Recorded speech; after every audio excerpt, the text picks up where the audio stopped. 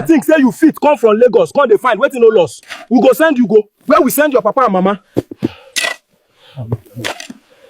She died in her hometown, but remained alive in that same hometown. Her family never knew she was dead, yet she never left the town. Is this even possible? Watch till the end to find out. Fola lived in Lagos with her siblings. In a small but comfortable apartment they had struggled hard to build after years of pain and loss.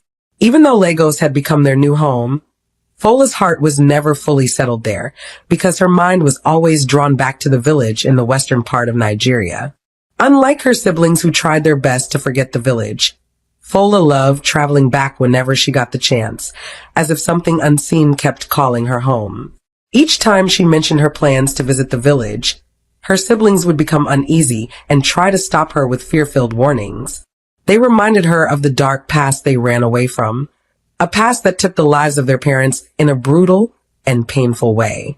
Their parents had been killed because of a property dispute, a land that many people in the village wanted but could not legally take. After that tragic incident, the siblings were forced to flee the village and start a new life in Lagos, leaving behind their childhood home and painful memories.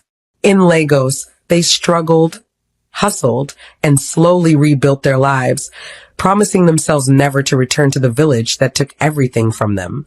But Fola was different, because instead of fear, the village filled her heart with a strange sense of peace and curiosity. She believed that not all the secrets of the village were evil, and that one day, the truth about their parents' death would come to light. Her siblings warned her repeatedly that going back to the village was dangerous, insisting that the same people who killed their parents were still alive.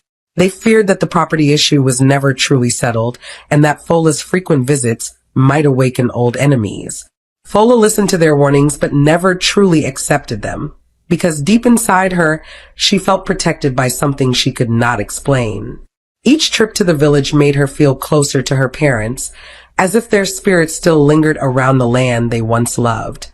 Unknown to her siblings, Fola had already made up her mind to travel to the village once again, a decision that would soon change everything. One morning, Fola suddenly packed her bags and announced to her siblings that she was going back to the village. She told them she could no longer sit still while strangers took over everything their parents worked for. According to Fola, folding their arms and doing nothing would only make the situation worse with time. She revealed the real reason behind her sudden decision, explaining that she had heard some people were planning to sell the house their parents had willed to them. The news shocked her siblings because they believed the house had been abandoned and forgotten by everyone in the village. Fola insisted that if the house was sold, it would be like losing their parents all over again. Her siblings quickly reminded her that they wanted nothing to do with the village or the painful memories tied to it. They told her that no property was worth risking her life, especially in a place that had already taken so much from them. But Fola stood her ground, saying she was not afraid and that the house belonged to them by right. She believed that allowing others to sell their parents' house would encourage more injustice and greed. Her siblings tried to discourage her, warning that the same evil people might still be watching and waiting. Despite their fears, Fola insisted that someone had to be brave enough to confront the past. She said that running away forever was not a solution and that their parents deserved justice. With determination in her eyes, Fola lifted her bag and prepared to leave, ignoring the tears and pleas of her siblings. That very day, Fola set out on her journey back to the village, unaware of the dark secrets and dangers that awaited her. When Fola arrived at the village and stood in front of her parents' house, her heart skipped when she noticed unfamiliar faces moving in and out. Confused and alarmed, she approached the people, only to discover that the house had already been sold to strangers. The realization hit her hard, and anger burned deep within her as she remembered her parents' sacrifice and suffering. Unable to cause a scene, Fola left the house in rage and headed straight to a nearby hotel and lounge to spend the night. She barely slept, replaying everything in her mind and planning her next move before dawn. Early the following morning, Fola dressed up and went straight to the king's palace to report the illegal sale of her parents' property.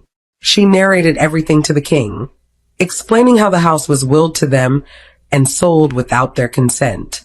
The king listened carefully, and promised her that the matter would be investigated thoroughly. He then advised Fola to return to the hotel while he made inquiries and summoned those involved. Relieved but still uneasy, Fola left the palace and began her journey back to the hotel. On her way, unknown men suddenly emerged from a quiet path and attacked her without warning. Fola struggled and screamed, but her cries were swallowed by the silence of the road. The attackers dragged her to a secluded spot and buried her in a shallow ground, leaving her lifeless body behind. Before leaving, one of them mocked her, saying she was too small to challenge them, reminding her that they had killed her parents without fear. After delivering their cruel message, the killers walked away, believing they had silenced Fola forever. But something strange happened after Fola's body lay buried in the shallow ground, something no one in the village could explain.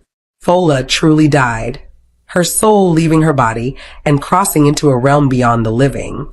In that strange place, she found herself standing before her parents, who looked exactly the way she remembered them. Her parents told her gently that her time was not yet over and that she could not remain with them. Go back, Fola. It's not yet time. Avenge your death and let the spirit enter the body. Fola, avenge your parents and claim back what is yours. They revealed that injustice was still hanging over the family and that the truth had not yet been exposed. Her parents then told her she would return to the world of the living, but not in her former body. They explained that she would go back to the village in a different body so that no one would recognize her. This new body, they said, would protect her from her enemies and give her the chance to walk freely among them. Her parents charged her with a mission to uncover the truth, avenge their deaths, and reclaim everything that was stolen from the family. They warned her to be patient, wise, and careful because the people she was going to confront were dangerous. With tears in her eyes, Fola agreed, promising her parents that she would not fail them. In a flash of light, her soul was pushed back toward the world of the living.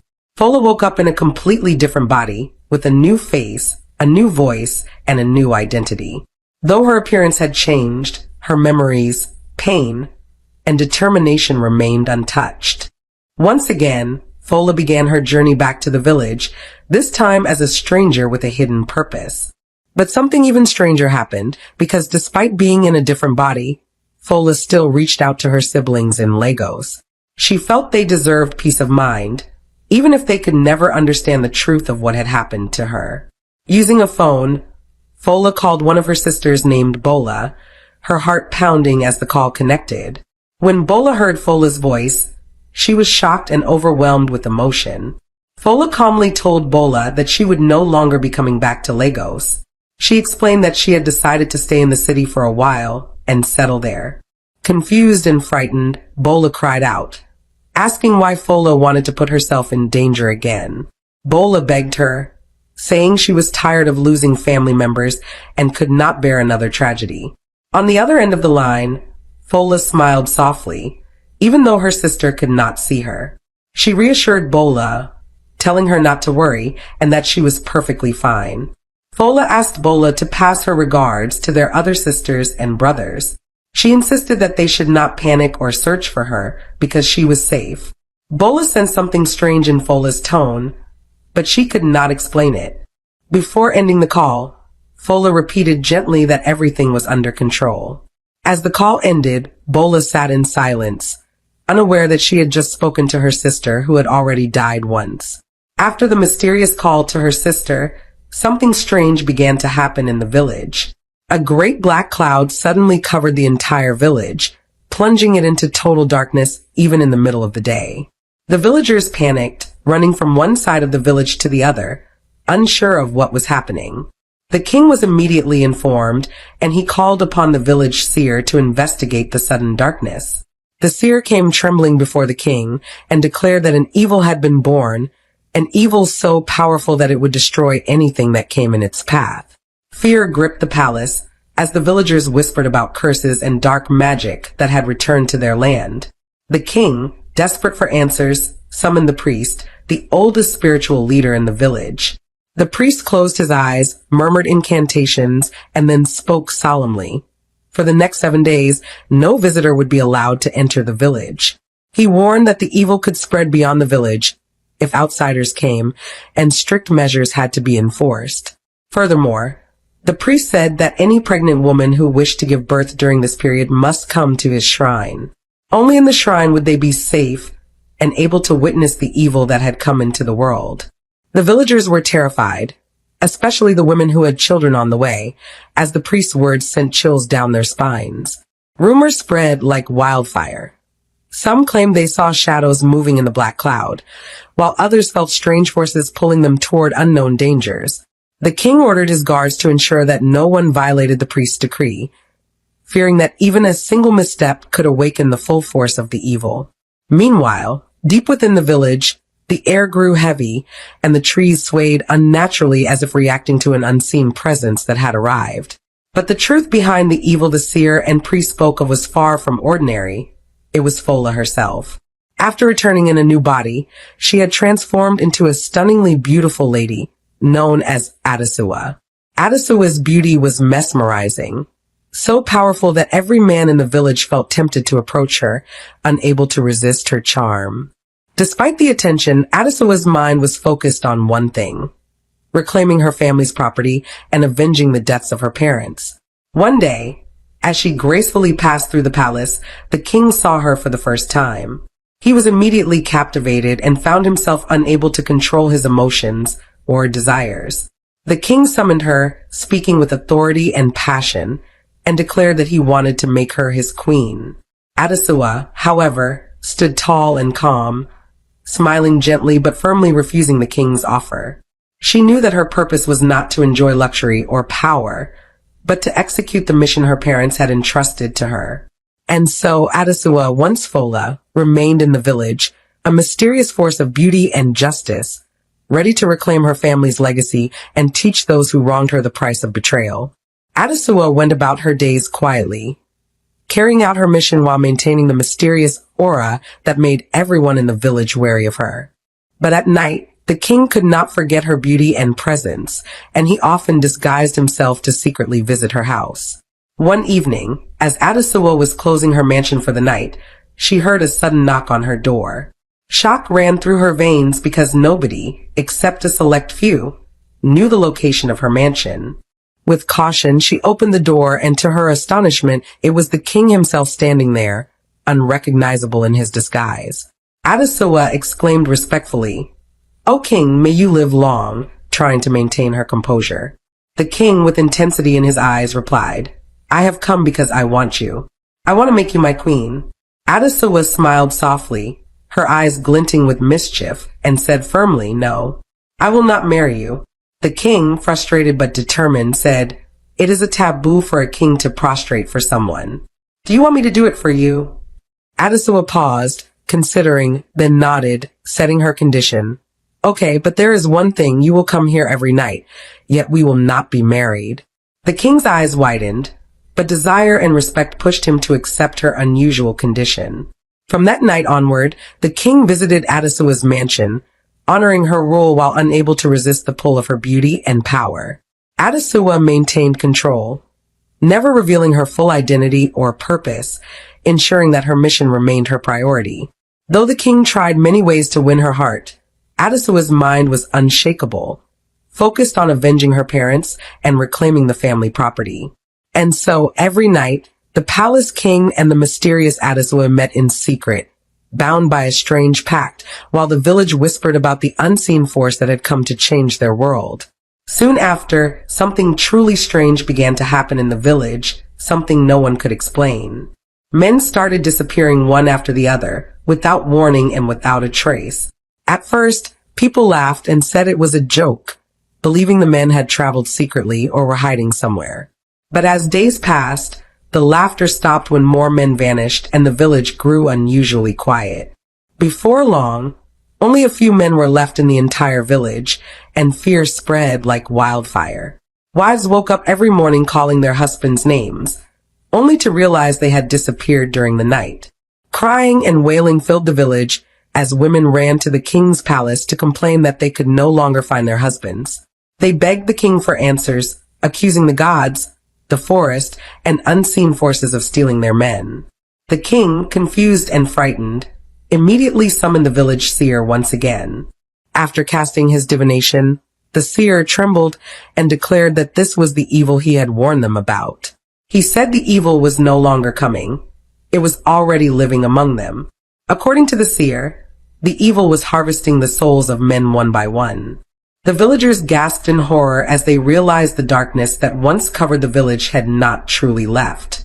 Whispers spread quickly, and many began to suspect that the beautiful stranger, Adesua, was connected to the strange happenings. Meanwhile, Adesua walked calmly through the village, her face peaceful, while the souls of men continued to vanish into the night. But as the men continued to disappear from the village, something else strange became obvious to everyone. There was more than enough farm produce, and food became surplus in every household. The women did not lack anything, and hunger was completely unknown in the village. Even when war broke out in neighboring villages, the war never entered theirs, as if an unseen force was protecting the land. Despite the fear of missing men, peace, abundance, and safety surrounded the village. Then another shocking news spread across the village. Adesua, who was truly Fola, was pregnant for the king. On the day of her delivery, the king ordered that she be taken to the seer, according to tradition. Immediately the seer set her eyes on Fola. She screamed and fell into a trance. When she regained herself, she declared loudly, "This is the evil we have been talking about." The villagers gasped as the seer pointed at Fola and accused her of being responsible for the disappearance of their men. The seer claimed that the missing souls had been harvested to empower the village with protection and wealth. All eyes turned to Fola, waiting for her to deny the accusation. Instead, Fola stood calmly and said the seer was not lying. She confessed that she was the force behind everything happening in the village. And at that moment, the entire village realized that the evil they feared was not destruction, but judgment. Fola stood before the gathering, her voice steady but heavy with pain, as she explained that she did not come to destroy the men of the village. She said her mission was clear from the beginning, to avenge the death of her parents and to collect the property that was wickedly stolen from her family.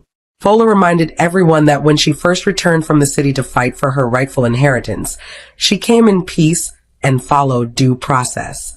She looked directly at the king and asked him if he remembered the woman who came from the city to claim her parents' property. The king nodded slowly and said he remembered clearly, adding that the woman never returned after leaving the palace. At that moment, Fola revealed the truth, saying that the woman never came back because she was attacked on her way to the hotel.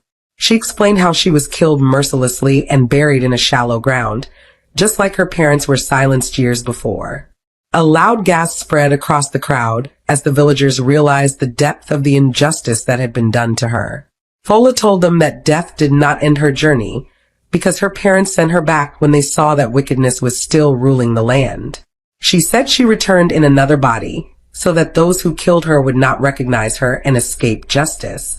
The villagers began to murmur among themselves, their hearts filled with pity, fear, and regret.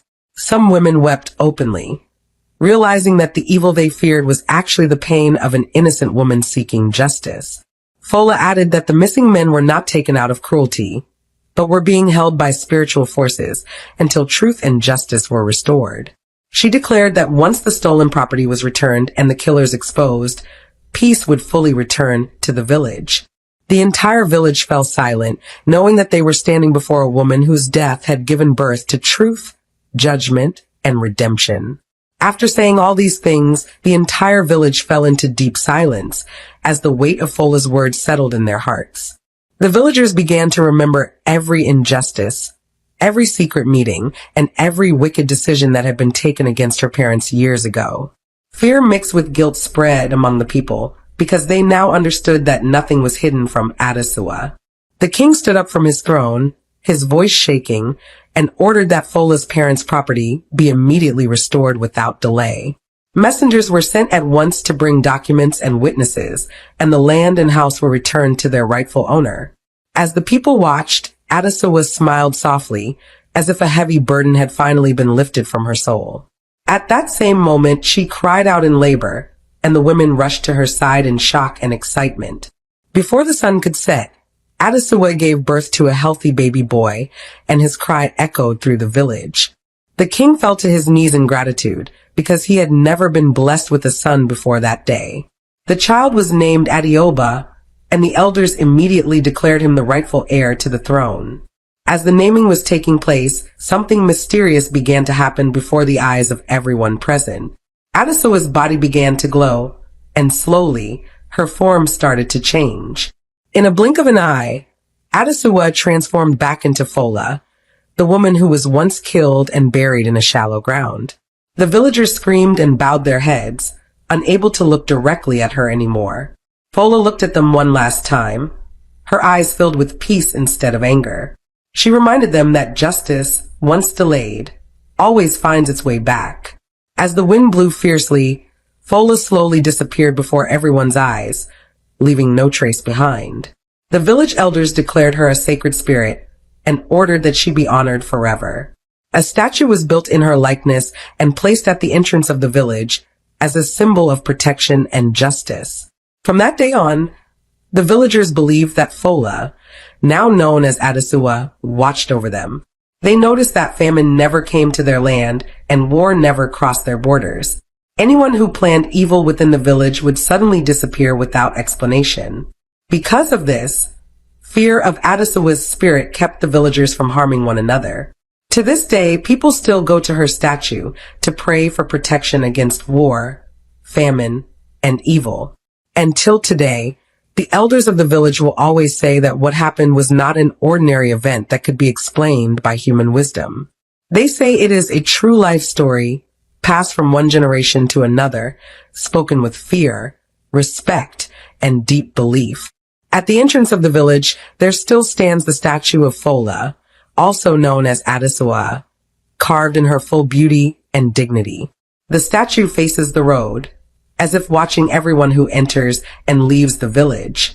Villagers believe that her spirit still walks with the wind, guarding the land she died for and returned to protect. Women who are considered evil, barren, or desperate for a male child often come secretly to kneel before her statue. They cry, pray, and make promises, asking Fola to bless them with a baby boy. And according to the elders, many of those women return home and later give birth to male children against all medical odds. Because of this, the statue of Fola became a sacred place, not just for childbirth, but for protection and abundance. Farmers still testify that their crops grow better after praying at her statue. Hunters say they never return empty-handed after calling her name. Even travelers believe that no accident happens on the road once they pass the statue. The villagers strongly believe that Fola's spirit shields them from war, famine, and evildoers. They say that whenever someone plans evil within the village, that person mysteriously disappears or confesses before harm is done. Because of this fear, people live peacefully, careful not to wrong one another. Children are taught from a young age that Fola sees everything and judges fairly. The king's palace still recognizes Adioba, her son, as the rightful heir, born through a woman who was once killed but returned by destiny. Every year, sacrifices and prayers are made at her statue in gratitude. No one dares to destroy or insult the statue, believing it would bring calamity. And whenever outsiders ask about the statue, the villagers simply say, "That is Fola, the woman who died and still lives." They insist that this is not a folktale created for entertainment. They say it is a true life story that happened in a village in the western part of Nigeria. Up till today, the statue of Fola still stands at the entrance of the village. People still go there to pray for children, protection, and abundance. And many still testify that their prayers are answered. So, whenever you hear the story of a woman who died in her hometown but remained alive in that same hometown, remember Fola. Remember the woman who came back in another body to avenge injustice and protect the innocent. This is not just a story told for entertainment. This is a true life story that happened and still exists till today. And the people of the village will tell you, as long as Fola's statue stands, evil will never find a home among them.